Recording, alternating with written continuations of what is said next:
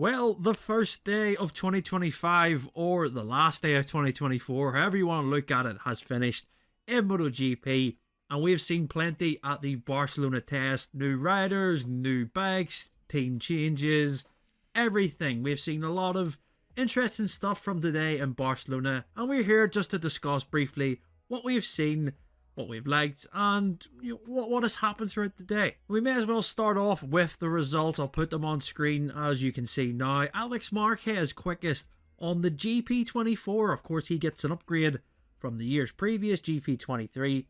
He is fastest. Fabio Quartararo is in second on the Yamaha. Pecco Bagnaia on a GP24 or a GP25. Who knows what it was. He is in third. Marc Marquez, of course, his teammate, he is in fourth place on his new factory bike. Raul Fernandez in fifth. Brad Binder in sixth. Franco Morbidelli for VR46 is now in seventh. Alex Rins is in eighth place. Pedro Acosta in ninth. Johan Zarco is in 10th for LCR Honda. And of course the world champion in 11th place on the Aprilia, Jorge Martin. We'll talk about him in a bit. And Maverick Vinales rounds out the top 12 on his Red Bull KTM Tech3 bike. Now looking ahead, it was a fairly standard test. The weather was pretty nice, although it might have been a bit cold in the morning. We've seen plenty of running. And the best place to start, of course, would it be Jorge Martin on the Aprilia. And he got to grips with the Aprilia, and of course he got the shoulder down, as you can see in the photos. He enjoyed it very much, and he did have a small crash at that turn 5 later on in the session. But he remounted, got back and went out again. No issues. For Martin, today is all about learning the Aprilia, getting comfortable, finding the limit. He'll have all winter to think about how today went, and the Aprilia mechanics will then relay all the feedback of what he says to try and make the bike suit him as we move into testing next year. But I think Martin could be very pleased with his day. Did try multiple fairings on that RSGP, trying out the 2024 one, 2025.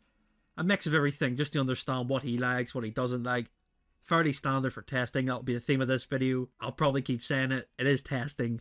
It's hard to really judge what every rider tests, how they feel. But yeah, a good start to Martin on his new chapter at Aprilia. Focusing on Marc Marquez. Now his move to, of course, the Novo Ducati, the Factory Ducati team. Strange seeing him in all red. No branding, of course, but the all red bike looked pretty cool, and it was good to see him try out the 2024 and 2025 bikes. Of course, we've seen how good he's been on the 2023 bike, so to make that step, it was expected that he would come in and be very positive. Of course, Davide Tardozzi told MotoGP.com during the broadcast of testing that Marquez found the bike easier to turn and everything was positive, so that doesn't surprise me at all how Marquez went about his day. Later on, he put in, I could say, a time attack, which put him in fourth. He's half a tenth down behind his new teammate, Pecco Bagnaia, who, by the way, we'll talk about him. Back to number 63. Look at this bike he was running. This all-white Ducati, the test livery, just beautiful. It makes you wonder why we don't see these bikes more often, as usually the testing liveries or the special liveries are probably better than the normal one, and I love this white. It reminds me almost of Casey Stoner and Nicky Hayden ran similar bikes in, I believe, 2009 when they were on the Ducatis. Yeah, it looks so good. And Bagnaia ends day in third. He, of course, will be looking to build on the winter, try to get used to the new bike that he tested today, and have his new teammate, of course, as Marc Marquez. And they will look forward to working together next year.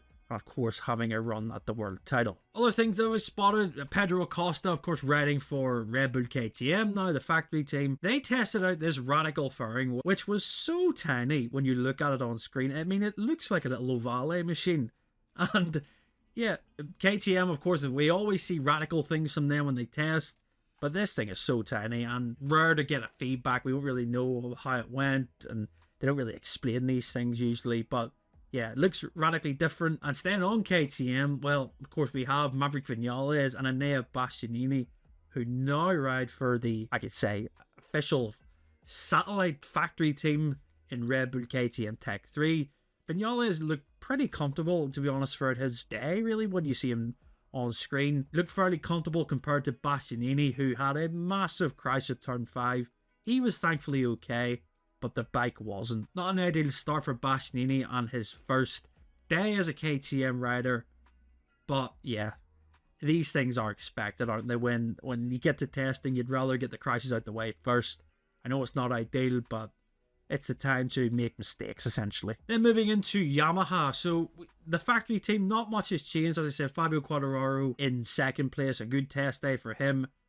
But it's mainly down to their satellite team, though, their official supported factory team now in Pramac. Miguel Oliveira in 17th and Jack Miller in 22nd.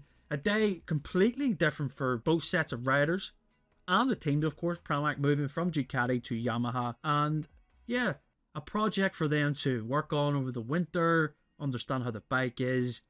Just one of those days, really, of getting comfortable and getting used to everything. And it's a complete different change for Pramac, who literally go from the championship winning bike to Yamaha, which will be an uphill task, but I think there is positivity there that they're going to make this work. Looking at the rookies, Ayagura, Fermin Aldeguer and Somkat Chantra, they all had crises today, which, again, rookies, cold track, they cried at the pinch points of the circuit, turn 2, turn 5 and turn 10, but they all looked relatively fast. The fastest being Fermin Aldeguer on the GP24.